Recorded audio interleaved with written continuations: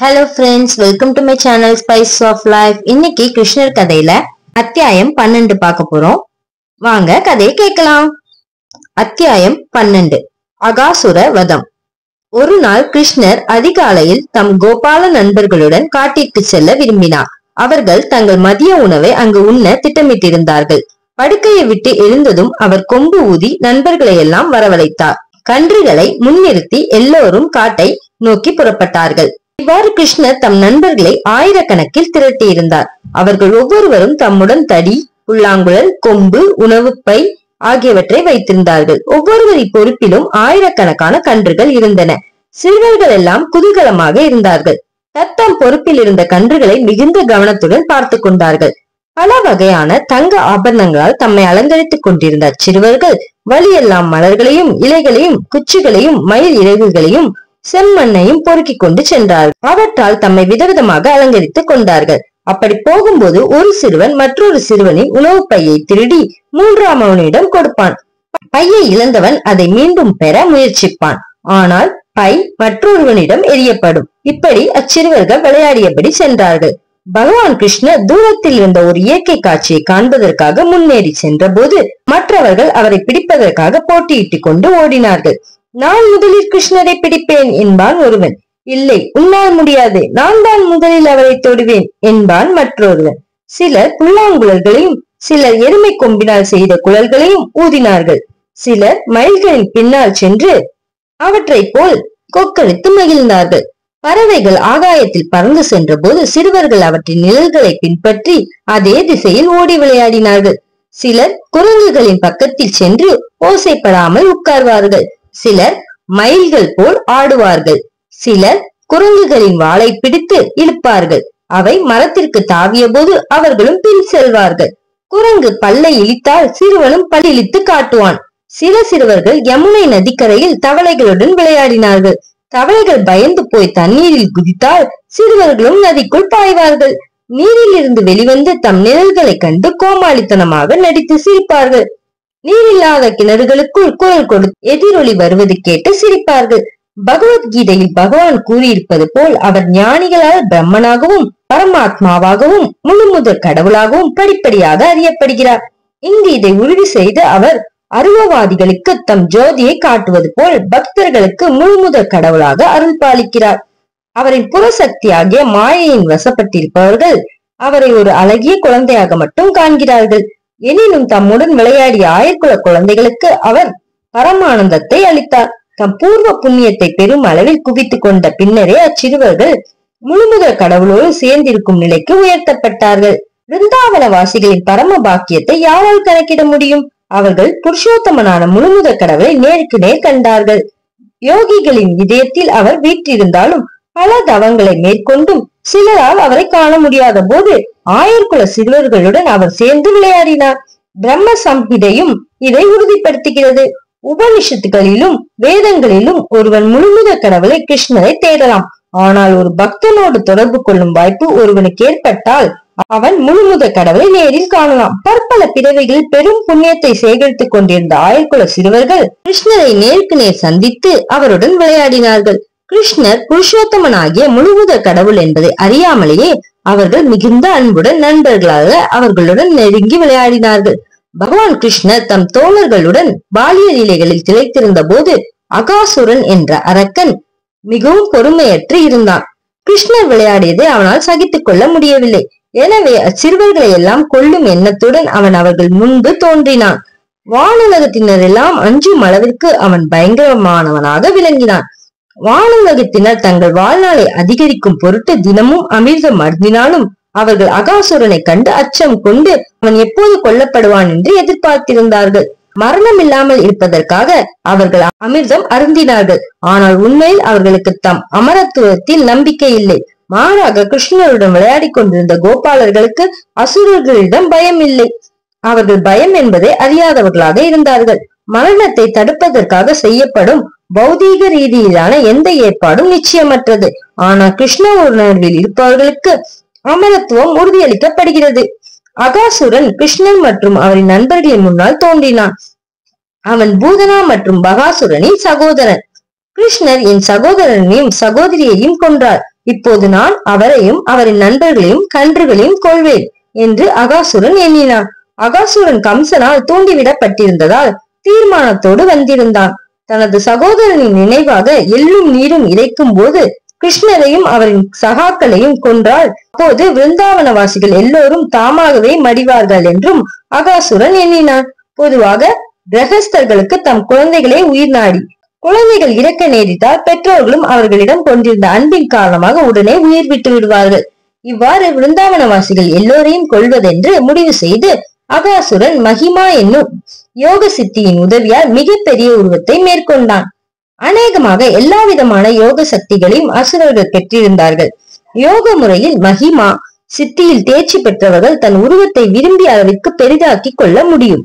Aghasuran 8 mile அளவுக்கு தன் உருவத்தை பெரிதாக்கி கொண்டு மிகவும் பருமனாக உடலையுடைய பாம்பின் வடிவத்தை எடுத்துக்கொண்டான். அந்த அதிசயமான உடலை மேற்கொண்டவுடன் அவன் தனது வாயை ஒரு பெரிய மலை குகையின் அளவிற்கு திறந்தான். எல்லா சிறுவர்களையும் ஒரே சமயத்தில் கிருஷ்ணரையும் பலராமரையும் சேர்த்து விழுங்க திட்டமிட்டான். கொழுத்து பருத்திருந்த பாம்பின் உருவத்தை மேற்கொண்டிருந்த அகாசுரன் தன் உதடுகளை தரையில் இருந்து ஆகாயம் வரை விரியும்படியாக வாயை பிளந்தான். அவனின் கீழுதடு தரையையும் மேலுதடு வானத்தையும் தொட்டன. வாய் ஒரு பெரிய மலை குகையை போலவும் பற்கள் மலை உச்சியை போலவும் தோன்றின. அவனது நாக்கு பெரியதொரு ரத வீதியை போல் காணப்பட்டது. உயிர்காற்றை போல மூச்சு விட்டு கொண்டிருந்தான். கண்கள் நெருப்பை கக்கின. சிறுவர்கள் முதலில் அந்த அசுரனை ஒரு பெரிய சிலை என்று எண்ணினார்கள். ஆனால் நன்றாக கவனித்த போது ஒரு பெரிய சர்ப்பம் வாயை பிளந்து கொண்டு தரையில் படுத்திருப்பது போல தோன்றியது. சிறுவர்கள் தமக்குள் இவ்வாறு பேசிக் கொண்டார்கள். இது பெரியதொரு மிருகம் போல தோன்றுகிறது. நம்மை எல்லாம் விழுங்குவதற்கு வசதியான வகையில் உட்கார்ந்திருக்கிறது. பாருங்கள், இது வாயை பிளந்து நம்மை எல்லாம் விழுங்க வந்திருக்கும் ஒரு பாம்பல்லவா?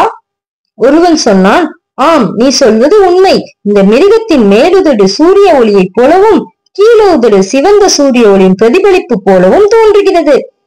நண்பர்களே, இந்த மிருகத்தின் வாயின் வலது புறமும் இடது புறமும் பாருங்கள். இதன் வாய் ஒரு பெரிய மலை குகையை போல் இருக்கிறது. இதன் உயரத்தை அளவிட முடியாது. இதன் தாடையும் மலை அளவு உயர்ந்திருக்கிறது. அதோ பெரிய வீதி போல் தோன்றுவது நாக்காக இருக்க வேண்டும். உள்வாய் மலை குகையை போல் இருண்டிருக்கிறது. புயல் போல் வீசுகின்ற உஷ்ண காற்று இதன் மூச்சாக இருக்க வேண்டும். வாயிலிருந்து வரும் துர்நாற்றம் இதன் குடல்களின் நாற்றமே. அவர்களில் மேலும் தமக்குள் கலந்தாலோசித்தார்கள். நாம் எல்லாம் ஒரு சமயத்தில் இந்த பெரிய பாம்பின் வாயிலுள் சென்றால் எல்லோரையும் ஒருங்கே அது எப்படி விழுங்க முடியும்? நம் எல்லோரையும் ஒரு சமயத்தில் அது விழுங்க முடிந்தாலும் கிருஷ்ணரை அது எப்படி விழுங்க முடியும்? பகாசுரனை கொன்றது போல் கிருஷ்ணர் இதையும் கொன்று விடுவார். இவ்வாறு பேசியபடி அச்சிறுவர்கள் கிருஷ்ணரின் தாமரை மலர் போன்ற முகத்தை நோக்கினார்கள். உடனே கை கொட்டி புன்னகை பூத்தார்கள். பின்பு அவர்கள் ஒன்றாக முன் சென்று மலை போன்ற அப்பாம்பின் வாயினுள் புகுந்தார்கள். கிருஷ்ணர் எல்லோருக்கும் நியாயமான பாதுகாப்பை தருபவர். ஆனால் தன் நண்பர்கள் தன்னை பிரிந்து பாம்பின் வயிற்றில் போய் சேர்ந்திருப்பதை கண்டபோது கிருஷ்ணர் ஒரு கணம் மனவேதனை அடைந்தார். புறசக்தி அவ்வளவு திறமையாக செயல்படுவதை கண்டு அவர் வியந்தார். பின்னர் அவர் அசுரனை கொன்று கோபால சிறுவர்களையும் கன்றுகளையும் காப்பாற்றுவது பற்றி சிந்திக்கலானார். உண்மையில் அது அவருக்கு ஒன்றும் பெரிய காரியமில்லை என்றாலும் அவர் சிந்திக்கலானார். சிறிது யோசித்த பின் அவர் தாமும் அசுரனின் வாயினுள் புகுந்தார். மேகங்களுக்கிடையே மறைந்திருந்து வேடிக்கை பார்த்து கொண்டிருந்த தேவர்கள் எல்லாரும் ஐயகோ ஐயகோ என்று அலறினார்கள். அதே சமயம் அகாசுரனின் நண்பர்கள், குறிப்பாக கம்சன், மாமிசம் தின்று பழக்கப்பட்டிருந்தவர்களாகியால் கிருஷ்ணரும் அகாசுரனின் வயிற்றுக்குள் சென்றதாக எண்ணி மகிழ்ச்சி ஆரவாரம் செய்தார்கள். அரக்கன் கிருஷ்ணரையும் அவரது தோழர்களையும் நொறுக்க முயற்சித்த போது தேவர்கள் எழுப்பிய கூக்குரலை கேட்ட கிருஷ்ணர் உடனே அரக்கனின் தொண்டைக்குள் உருவத்தை விரிவுபடுத்தினார். அசுரனின் மலையளவிலான உடலை கொண்டிருந்த போதிலும் பெரிதாகி வரும் கிருஷ்ணரின் உருவால் அவனுக்கு மூச்சடைத்தது. கண்கள் பிதுங்கின. உயிர் மூச்சு எவ்வழியிலும் வெளிவர முடியாமல் போனதால் இறுதியில் அவனின் தலை வெடித்து உயிர் மூச்சு வெளிப்பட்டது. அசுரன் இறந்து விழுந்ததும் கிருஷ்ணர் தமது திவ்யமான பார்வையை செலுத்திய மாத்திரத்தில் அவரது சகாக்களும் கன்றுகளும் உணர்வு பெற்று அரக்கனின் வாயிலிருந்து வெளிவந்தனர். கிருஷ்ணர் அகாசுரனின் வாயினுள் இருந்தபோது அசுரனின் உயிராத்மா மிகுந்த பிரகாசத்துடன் வெளிப்பட்டு எல்லா திக்குகளிலும் ஒளி வீசி ஆகாயத்தில் காத்திருந்தது. கிருஷ்ணர் அவரது நண்பர்களுடனும் கன்றுகளுடனும் அரக்கனின் வாயிலிருந்து வெளிவந்த போது அந்த பேரொளி உடலோடு கலந்தது. தேவர்கள் பேர்வகை பூத்து முழுமுத கடவுளாகிய கிருஷ்ணரின் மேல் மலர் மாறி பொழிந்து அவரை வணங்கினார்கள். வானுலகவாசிகள் மகிழ்ச்சியால் நடனமாடினார்கள். பிராமணர்கள் வேதம் ஓதினார்கள். பகவானின் பக்தர்கள் எல்லாம் ஜெய ஜெய பரமான முதற்கடவுளுக்கு எல்லா புகழும் உரித்தாகும் என்று கோஷமிட்டார்கள். இந்த மங்களகரமான ஒளிகள் எழுப்பிய இனிய அதிர்வுகள் உயர்நிலை கிரகங்களை எட்டிய போது அவற்றை கேட்ட பிரம்மா என்ன நடந்தது என்று பார்ப்பதற்காக கீழே இறங்கி வந்தார். அசுரன் கொல்லப்பட்டு கிடந்ததை அவர் கண்டு முழுமுத கடவுளின் அசாதாரண மற்றும் மகிமை மிக்க லீலைகளை கண்டு வியந்தார். அசுரனின் மலை போன்ற வாய் பல நாட்கள் திறந்தபடி கிடந்து உலர்ந்து போயிற்று. ஆயர்குல சிறுவர்கள் எல்லாம் விளையாடி மகிழும் இடமாக அது இருந்தது. அகாசுர வதம் நடைபெற்ற போது கிருஷ்ணரும் அவருடைய சகாக்களான சிறுவர்களும் 5 வயதுக்குட்பட்ட கௌமாரர்களாக இருந்தார்கள்.